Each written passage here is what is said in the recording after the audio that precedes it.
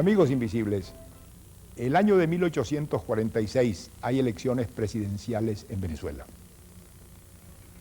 El presidente de la República es el general Carlos Sublet, y el hombre que domina la situación política y que es la figura predominante del gobierno es el general José Antonio Páez.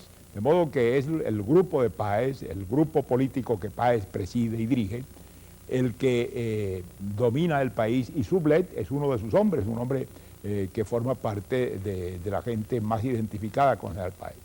En esa candidatura presidencial hay un candidato del gobierno, un candidato un poco extraño porque no había sido precisamente un hombre del paecismo, ni un hombre muy identificado con el grupo que inició la gran transición política de 1830, y que más bien estuvo contra ella muchas veces abiertamente y aún con las armas en la mano, que es el general José Tadeo Monagas.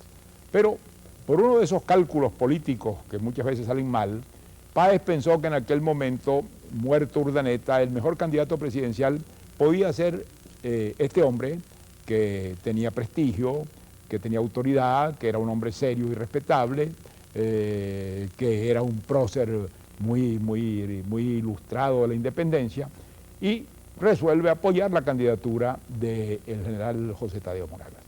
Pero hay un candidato que ha aparecido, un candidato extraño, distinto de todos estos viejos caudillos, de todos estos viejos próceres militares que habían sido los candidatos tradicionalmente, y este hombre es Antonio Leocadio Guzmán, un civil. Antonio Leocadio Guzmán era fundamentalmente un intelectual, un periodista. Era el hombre que 6 años antes había fundado un periódico muy célebre en la historia venezolana, que fue El Venezolano. Este periódico fue un gran periódico político, un periódico en el cual este hombre desarrolló una campaña sumamente tenaz, muy inteligente, muy demagógica en su contenido, muy hábil, de oposición a lo que era la política paecista y los gobiernos del grupo que junto a Páez habían dominado el país por todo ese periodo. Y en torno de su prédica y de su acción se funda lo que se llamó luego el Partido Liberal. De modo que Antonio Leocadio Guzmán funda un partido político, de hecho, crea una especie de más que de ideología, que claro, la había en el fondo una ideología liberal, él crea una emoción, básicamente a base de algunos principios muy elementales. Uno de ellos era la alternabilidad en el poder, es decir, que no siguieran gobernando los mismos hombres, que viniera gente nueva al poder, que hubiera sufragio efectivo para que el pueblo pudiera manifestar su opinión y que se cumpliera la Constitución del año 30, que era la Constitución que había venido rigiendo. De modo que esas eran las bases aparentes, pero junto a eso, claro, él desarrolla una campaña que no solamente la lleva adelante el venezolano, sino que la recoge en muchos periódicos menudos, pequeños, transitorios, de una violencia extraordinaria, que atacan al gobierno, que lo pintan no solamente como un gobierno inepto, sino perjudicial al país, y que a un hombre como el general Sublet, que era insospechable, lo pintan como un asesino, como un ladrón, como un gobernante corrompido, de modo pues que se va creando a través de esta campaña un desprestigio profundo de los hombres que habían dirigido y gobernado Venezuela en la difícil transición que se inicia el año de 1830. Este candidato, que es Antonio Leocadio, resuelve lanzarse porque se siente ya con mucha fuerza. La idea liberal, los grupos liberales, la gente que se ha ido formando en la prédica del venezolano y de los periodiquitos, están extendidos prácticamente a todo el país. Y esta candidatura parece que cobra mucha fuerza. Tanta fuerza cobra que llega a constituir ya un desafío y un peligro. Y los hombres del núcleo gubernamental, los hombres del paecismo, resuelven que hay que hacer algún esfuerzo para conciliar. Y es entonces cuando se promueve una entrevista que iba a tener lugar en La Victoria entre Antonio Leocadio Guzmán y el general Páez, que estaba en Maracay. Esta entrevista la prohijó otro gran prócer de la independencia, que era el general Santiago Mariño, que vivía en La Victoria. Esa entrevista no tuvo lugar por muchas razones, pero lo que importa es que sale Antonio Leocadio Guzmán de Caracas, el periodista, el civil, el hombre de la campaña del venezolano, acompañado de un relativamente pequeño grupo de amigos, unas 100 personas, pero se van sumando gentes espontáneamente, y cuando él llega a La Victoria va rodeado de casi 4.000 hombres, que en aquella época era una muchedumbre bastante considerable, que se habían ido sumando por campos y aldeas, muchos de ellos armados, muchos de ellos a caballo, de modo que era casi una amenaza de fuerza lo que llegaba. Y entre esos hombres que aparecen acompañando a Antonio Leocadio Guzmán y dándole viva a Antonio Leocadio Guzmán, hay un hombre joven, en pleno vigor de la edad, que debía tener en ese momento 29 años de edad. Este hombre se llama Ezequiel Zamora. Y este hombre era prácticamente un desconocido. Era un pulpero de Villa de Cura. Él tenía un pequeño negocio de pulpería en Villa de Cura y era conocido como hombre serio, laborioso, cumplidor de sus obligaciones. Al mismo tiempo se le conocía como hombre de valor y de carácter, porque aunque no había sido militar efectivo, había intervenido a las órdenes de las autoridades en algunas ocasiones de desorden público y lo habían puesto al frente de pequeños grupos armados. Y había actuado con eficacia, con serenidad y con energía. De modo que tenía cierta autoridad local entre la gente que lo conocía en la villa. Y este es el hombre que se presenta a acompañar a Antonio Leocadio Guzmán, que viene a caballo, que va, como él decía, con una lanza enastada en la mano, acompañándolo en una actitud casi guerrera y de desafío, este desconocido Ezequiel Zamora. Cuando llegan a la victoria y fracasa la entrevista porque Páez resuelve no moverse de Maracay, Antonio Leocadio no quiere llegar a Maracay porque le parece humillante y fracasa esa tentativa de conciliación, entonces lo que viene es de inmediato una situación muy difícil. Muchos de estas partidas que habían acompañado a Guzmán hasta la victoria resuelven alzarse, se lanzan a los campos vecinos en pequeñas partidas armadas a promover revueltas y motines, y entre estos hombres que se lanzan a esa aventura se lanza Zamora. De modo que Ezequiel Zamora se dirige hacia los campos de Aragua, en algunas aldeas logra reunir gente, organiza lo que llamaríamos hoy en día una montonera. Esa montonera lo reconoce como jefe, se le suman luego otros pequeños jefes locales, algunos muy famosos por sus fechorías, como el famoso Indio Rangel, como el Calvareño, y desarrollan una pequeña acción militar limitada que el gobierno luego domina y aplasta finalmente. Pero es aquí la primera aparición militar que él hace, la primera tentativa que él hace y que compromete desde luego a Antonio Leocadio Guzmán, porque entonces el gobierno acusa a Antonio Leocadio Guzmán de ser el promotor de una insurrección, de un grave desorden público, de poner en peligro la paz interior del país y de haber sido, pues, con su prédica irresponsable y con la de los periódicos que él prohija, el autor de todo esto. Y esto determina un juicio que se le sigue a Antonio Leocadio Guzmán, juicio que termina muy curiosamente en una condenación a muerte de Antonio Leocadio Guzmán. Pero estos hombres que se habían alzado en armas para apoyarle y para promover una insurrección, entre los cuales está Ezequiel Zamora, también son detenidos y presos. Y se les somete a tribunales militares, se les somete a consejos de guerra, y algunos de ellos, como por ejemplo el Indio Rangel y Calvareño, son condenados a muerte y fusilados. En cambio, a Ezequiel Zamora se le sigue un juicio del cual conservamos el expediente. En ese juicio, él responde de una manera muy, muy interesante porque revela una gran serenidad, revela una inteligencia natural muy viva y revela un carácter astuto y al mismo tiempo firme. Su razonamiento y su defensa se limita a decir esto: yo me alcé en armas contra el gobierno porque yo leía los periódicos que se publicaban en Caracas y que me llegaban a mí, a Villa de Cura, a mi pulpería, y en esos periódicos se me decía, y yo tenía que creerlo, que el gobierno era malo, que el gobierno era corrompido, que el gobierno era estaba constituido por una pandilla de asesinos, y desde luego ante esta prédica yo resolví que había que acabar con ese gobierno. Y como esa prédica y esa posibilidad de cambio estaba encarnada en el señor Guzmán, yo fui a apoyar al señor Guzmán. Y en vista de que fracasó la posibilidad de esa entrevista y que las cosas fueron por otro camino, yo resolví tomar las armas. De modo que él traslada la culpa, y lo dice repetidamente, a la prédica de los periódicos. Él dice que él a ratos dice: yo he sido una víctima de esa prédica. Yo me lancé a esto engañado por esa campaña, por esa propaganda que me convenció de que efectivamente el gobierno que teníamos era un gobierno que no merecía gobernar el país, que era un gobierno casi criminal o criminal. A él lo condenan a muerte igualmente, pero logra que se le conmute, el presidente que ya en ese momento era José Tadeo Monagas, le conmuta, después de varios incidentes, la pena de muerte por la de presidio a 10 años en Maracaibo. Esa pena no se cumple, porque en una forma u otra él logra arreglar la fuga. Él está detenido en Maracay, donde le siguen el juicio, y desaparece de la cárcel de Maracay el día precisamente que lo iban a trasladar para que cumpliera su pena de presidio. Desaparece y no lo logran detener. Él se viene a los alrededores de Caracas, se refugia en una hacienda de los alrededores donde se oculta durante un tiempo y donde no lo encuentran.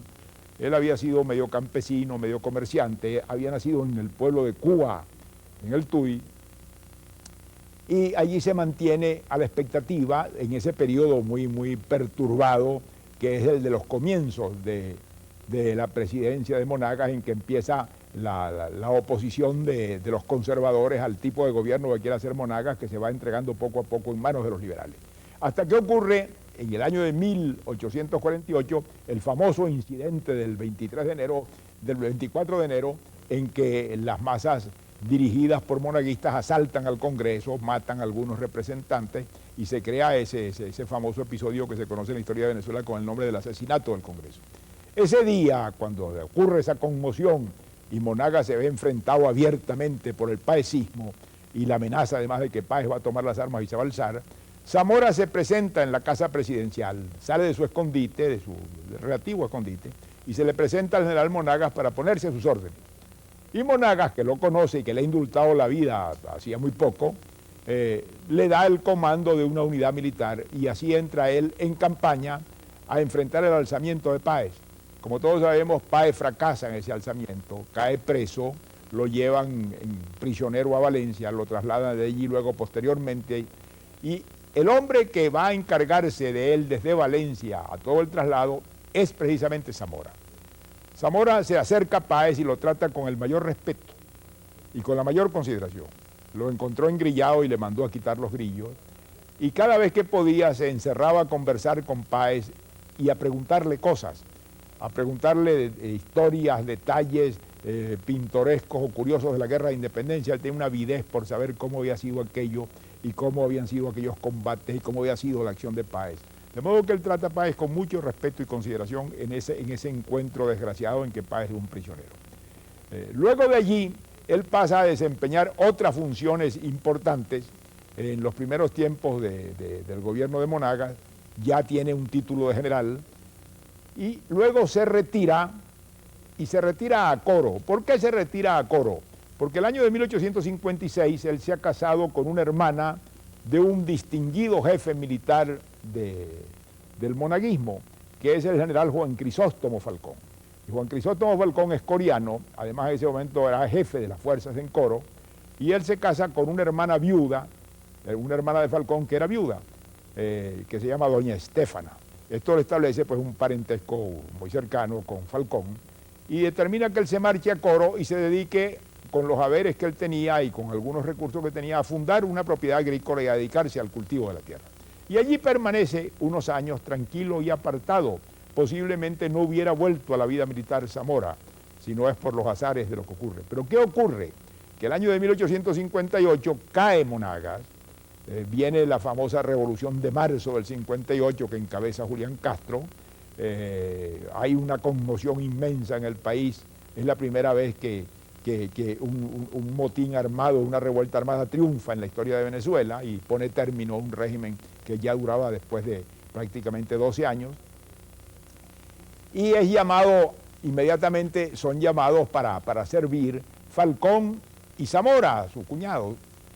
Hay que pensar que cuando estaban ya conspirando para derrocar al gobierno, estuvieron buscando un jefe militar. Y a uno de los jefes militares que buscaron para encabezar esta insurrección y ofrecerle el mando fue precisamente a Falcón, y Falcón no quiso aceptar. Falcón no quiso aceptar la jefatura de la insurrección contra Monagas. A Zamora, desde luego, no se la ofrecieron porque no tenía ni el prestigio ni la posición necesaria para eso. Y vino a tenerlo finalmente Julián Castro, que era el comandante de armas del estado Carabobo, y fue el que presidió ese movimiento. Cuando eso ocurre, Falcón y Zamora se vienen al centro. Desgraciadamente, la tentativa que se hace en ese momento de organizar al país, de buscar una conciliación de liberales y conservadores, de olvidar los odios que se habían creado y hacer una nueva salida hacia el futuro con un mejor equilibrio y una reforma constitucional, fracasan. La Convención de Valencia adopta una constitución que no va a cumplirse nunca, y un hombre vacilante como era Julián Castro no define una política, sino que da bandazos. Y en esos bandazos termina por enajenarse la simpatía de todo el mundo. parecía que iba a traerse a los liberales y termina peleando con ellos, termina también malquistándose con los conservadores, parece que pretende crear un grupo personal y no lo logra. Pero entre las cosas que hace es, desde luego, enfrentar a los liberales y perseguirlos. Y en esa persecución de los liberales, muy poco tiempo después de estar en el poder, resuelve expulsar de Venezuela un núcleo muy importante de hombres distinguidos y de militares.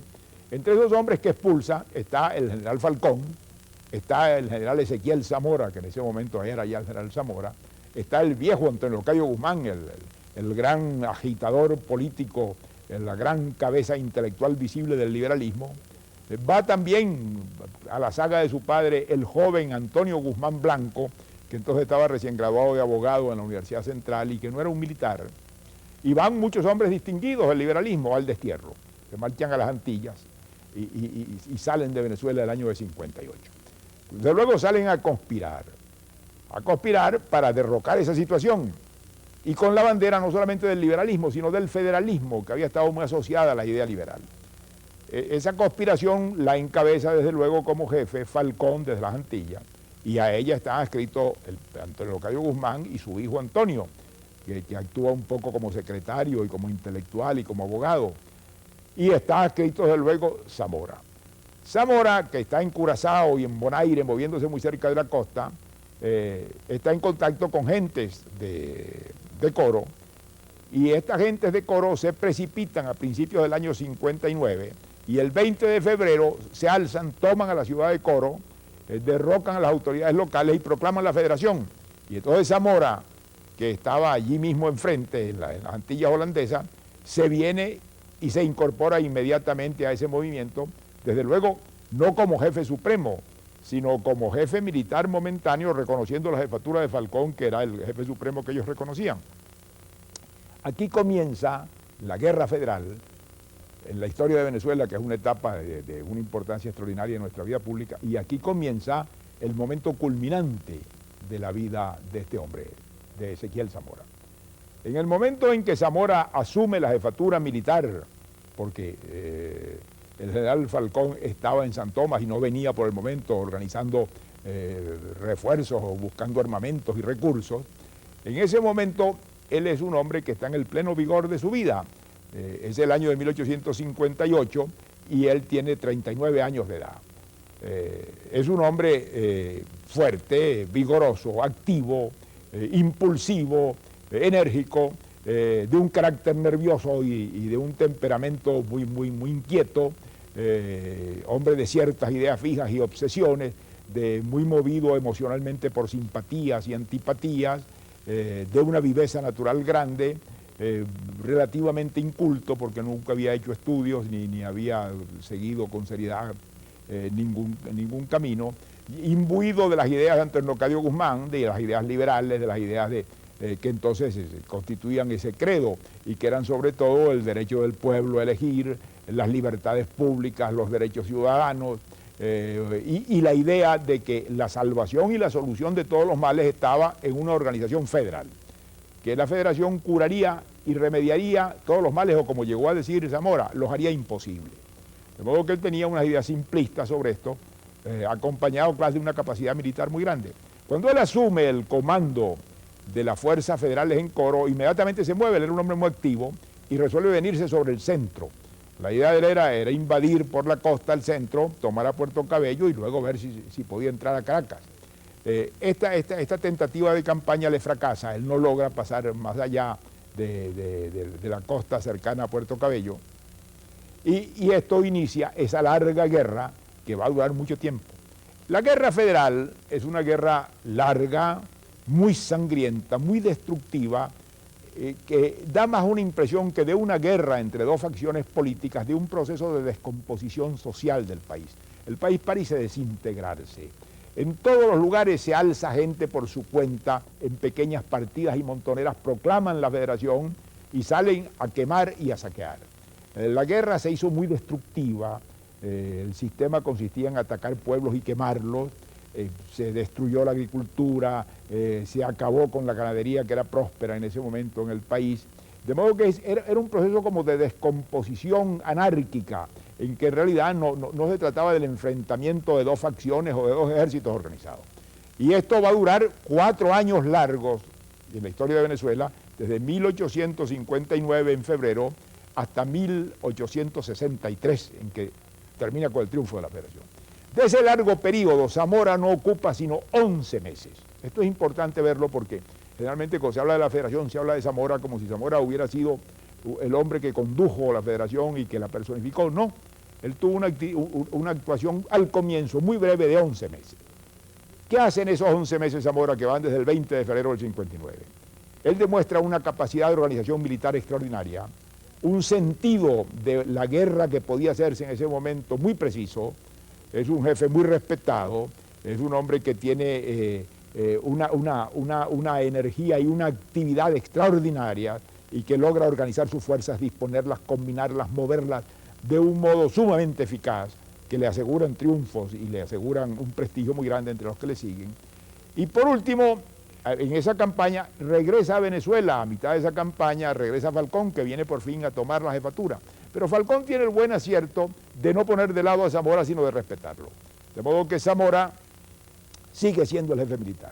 Y en esa condición provoca la primera gran batalla, no hubo sino 2 en toda la Federación, batallas propiamente, entre las fuerzas federales y las fuerzas gubernamentales, que fue la batalla de Santa Inés. Santa Inés, desde el punto de vista de la guerra tradicional venezolana, fue una batalla importante en la que Zamora reveló sus capacidades militares extraordinarias, no solamente en la disposición misma del combate, en la forma como se organizó, sino en la persecución del enemigo, que logró ser muy completa.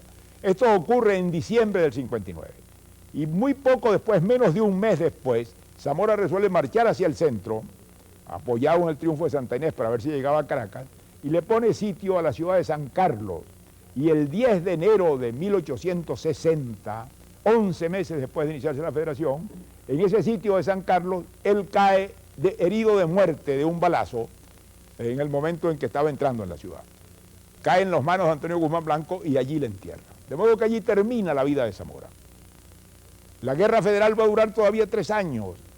Va a continuar ese proceso curiosísimo de desintegración. Ese año de 60 va a haber la segunda gran batalla que la gana el gobierno, que es la de Coplé. Y después lo que queda es un enguerrillamiento general del país que va a durar 2 y 3 años sin término ninguno hasta que al final viene el Tratado de Coche, que logra por fin que los federales tomen el poder mediante un arreglo entre Guzmán Blanco y Pedro José Rojas, con Páez en la presidencia ya muy viejo. De modo que aquí surge la figura de Falcón, y surge la figura de Ezequiel Zamora. Esa figura se convierte lentamente en una figura legendaria por muchas razones. Primero, porque era sin duda el jefe militar más importante que dio la Federación. En segundo lugar, porque muere muy temprano y muere en el mayor prestigio, porque seguramente hubiera llegado a ser el jefe de la Federación, sin duda alguna, a pesar de Falcón, por su propia capacidad militar. Y en tercer lugar, porque claro, él representaba lo que la Federación pudo ser. Nadie sabe qué pudo ser la Federación. No hay una idea muy clara del pensamiento político de Zamora. No sabemos lo que hubiera dado Zamora gobernante, Zamora jefe de la Federación, Zamora triunfante con el gobierno en las manos. Es pura hipótesis. Pero claro, esa hipótesis permitió a los liberales desencantados de la Federación, a los liberales que habían presenciado cómo la Federación en muy poco tiempo después de su triunfo, el 63, en apenas 4 años de gobierno, se desprestigia, se desintegra y vuelve a caer en la misma situación caótica en que el país estaba antes y que encuentran que ha fracasado esto. Todos piensan en el fondo que si no hubiera muerto Zamora, eso hubiera sido distinto. Y esto contribuye a la figura legendaria de Zamora. Zamora se transforma en el gran mito de los federales, en la gran figura legendaria que los une, en una especie de esperanza mesiánica de lo que pudo ser y no fue. Y esta es la forma como se ha perpetuado la figura de Zamora un poco en la historia venezolana. Sin duda alguna fue un jefe militar extraordinario, fue un hombre con condiciones de mando y de capacidad táctica de primer grado, y un hombre que ha podido tener una influencia muy importante, no sabemos exactamente cuál, en el futuro de Venezuela si hubiera sobrevivido al corto espacio en que culminó esa carrera tan breve y en que cae muerto el 10 de enero de 1860, herido de una bala en una calle de San Carlos en el asalto a la ciudad. Muchas gracias y hasta la próxima.